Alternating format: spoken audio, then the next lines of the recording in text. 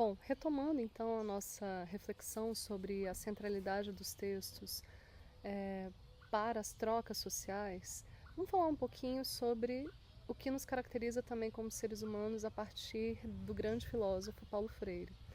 Na minha tese de doutoramento, que foi na área de linguística, chama-se Construções Discursivas de Resistência, um estudo sobre marchas de mulheres no Brasil, eu dialoguei com Paulo Freire não do ponto de vista da teoria dele sobre como que os seres humanos aprendem, mas da teoria dele sobre a própria humanidade. Então, do meu ponto de vista, Paulo Freire ele oferece para a gente um construto muito robusto, teórico, metodológico, de base essencialmente filosófica, para a gente entender como que o que é o ser humano, o que nos caracteriza como seres humanos e qual a importância do aprendizado dentro dessa nossa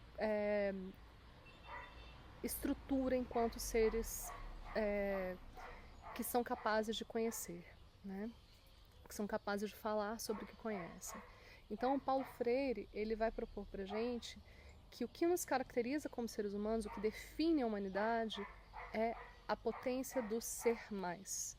Nós somos seres humanos porque nós somos capazes de sermos mais do que nós éramos há alguns minutos antes. E isso é muito potente, isso é muito bonito, porque nos mostra como nesse processo de sermos mais, as trocas sociais, o aprendizado com os demais seres humanos, vai nos oferecer ferramentas para desencadear em nós esse desenvolvimento do que nós somos, essa ampliação do que nós somos. E aí ele vai falar que o ser humano é um ser aprendiz. É um ser que aprende, que apreende a sua realidade, dando nome às coisas do mundo, entendendo essas coisas do mundo. E aí ele vai ter toda uma reflexão do ponto de vista da desigualdade social, em que ele vai nos explicar que nós, seres humanos, em função nos termos bonitos do Paulo Freire, da malvadez de alguns que detêm algum tipo de poder, podemos ser tolhidos dessa nossa potência de ser mais. E ele vai falar essencialmente das políticas para a alienação das pessoas em relação ao ensino. Ele vai dizer categoricamente que o ser humano, ao ser impedido de ser mais, ele é despido da sua humanidade.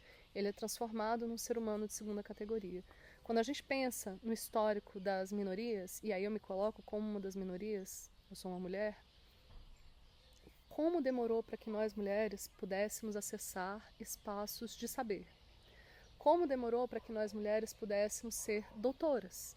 Como demorou para que nós mulheres pudéssemos ser professoras, né? E aí eu não estou dizendo professora cuidadora de criança, porque esse lugar da afetividade, do cuidado da criança, sempre foi delegado a nós mulheres.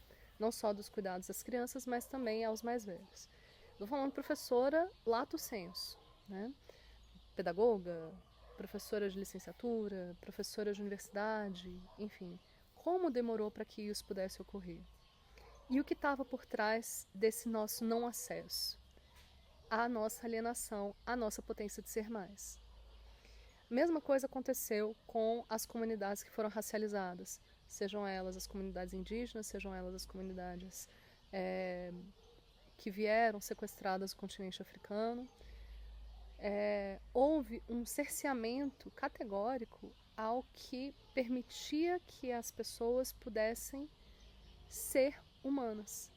E como que eu impeço isso? Por exemplo, uma das estratégias mais brutais que foi empregada tanto para o controle das populações ameríndias quanto para o controle das populações trazidas do continente africano à força para uma vida de miséria nesses lugares que a gente vive, foi dividir as pessoas por grupos étnicos e grupos linguísticos. Então, por exemplo, um feitor de escravos, ele comprava pessoas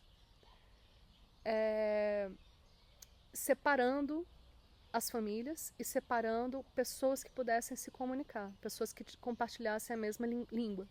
Ao fazer isso, ele roubou dessas pessoas, pelo menos no primeiro momento, a capacidade da solidariedade, a capacidade da troca, do afeto, do riso compartilhado, do aprender uma com a outra. Quando ele faz isso, quando esse movimento político, econômico, destrói a capacidade dessas pessoas que estavam sendo escravizadas naquele momento, delas trocarem informações por meio da linguagem, ele as despe da sua humanidade. E aí fica muito mais fácil você transformar seres humanos em coisas, em objetos que podem ser descartados, podem ser violentados, podem ser massacrados, porque são coisas, não são seres humanos, são menos do que bichos, né? E a gente vê aí a centralidade da linguagem.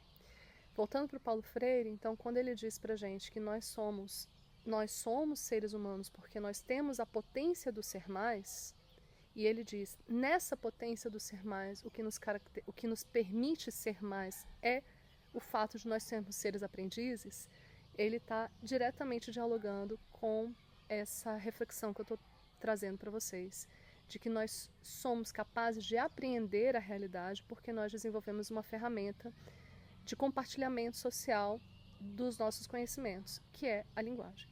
Então, a linguagem, e aí eu vou abrir um outro parênteses para a gente entender a matéria da linguagem, o que é essa linguagem. A linguagem ela é essencialmente metafórica. Durante muito tempo, os filósofos gregos, lá, Aristóteles, entendiam que nós, seres humanos, éramos capazes de racionalidade porque nós organizávamos o mundo. Então, nós colocávamos as coisas do mundo em caixinhas. Por exemplo, meu filho mais velho, ele antes de aprender a falar mamãe ou papai, que são as bilabiais, né? Então, todas as crianças, elas balbuciam primeiro, bababababa, que é o som mais fácil de ser produzido pelo ser humano. Fora as vogais, né? A, E, I, O, U, U, enfim, são sons vocálicos que não têm necessidade de articulação, ou seja, eu não preciso colocar a minha boca de uma determinada forma para travar o ar e formar consoantes. Então, as consoantes mais fáceis são essas que é o balbucio. Até o próprio fato de nós sermos mamíferos, né, de nós mamarmos, já nos ensina a fazer esse movimento, que vai nos dar o b, p, m, enfim. Antes, enfim, do meu filho mais velho aprender a falar mamãe ou papai, ele aprendeu a falar ba, que era o nome da minha cachorra. Eu tinha uma cachorra chamada Baleia, obviamente porque eu sou uma nerd de linguística e letras, enfim. Então, a minha cachorra chamava Baleia em homenagem ao Vidas Secas. Ele aprendeu, então, a falar ba. Na casa que a minha mãe morava, tinha muitas daquelas enfeites que são umas araras que penduram no teto, que a gente compra em cidade litorânea, e tinha algumas que você puxava uma cordinha e ela balançava a asa. Então ele, ao tocar nesses objetos e ao conviver com a baleia, ele conseguiu, muito bebezinho, ele tinha 8 meses, e depois a gente vai entender que o fato dele falar muito precocemente, enfim, era porque ele é uma pessoa neurodivergente, né? Ele conseguiu classificar. Ba é bichinho de 4 patas e A, que era a arara, é bichinho que voa. Quando a gente saía na rua com ele, ele via gatos e ele chamava de ba. E ele via pombos e chamava de A. Tá aí feita a classificação. Então, teoricamente, esse caos que aconteceu comigo reforçaria esse conceito do Aristóteles de que nós, seres humanos, somos seres que conseguimos entender o mundo porque nós classificamos esse mundo. Então, seria um funcionamento classificatório do cérebro. No entanto, a partir da década de 70, teve uma virada cognitivista dos estudos sobre o funcionamento da mente. Então, a gente vai começar a entender como que o processo de compreensão das coisas, o processo cognitivo funciona. E especialmente um cognitivista, um linguista chamado Lakoff, vai propor para a gente que não, peraí, nosso cérebro ele não funciona de maneira categórica apenas. A categorização ela vem posteriormente. Nosso cérebro é, antes de tudo, um cérebro metafórico. E isso é lindo em tantos camadas que vocês não têm ideia. Eu vou explicar. A capacidade de metaforizar, e aí ele se juntou com outro linguista também, né, que é o Johnson, e eles têm um texto que chama Metáforas da Vida Cotidiana. Bom, vocês viram que os animais resolveram se comunicar agora. Todos eles, ao mesmo tempo. Eu vou dar uma pausa e retomo esse vídeo no próximo vídeo.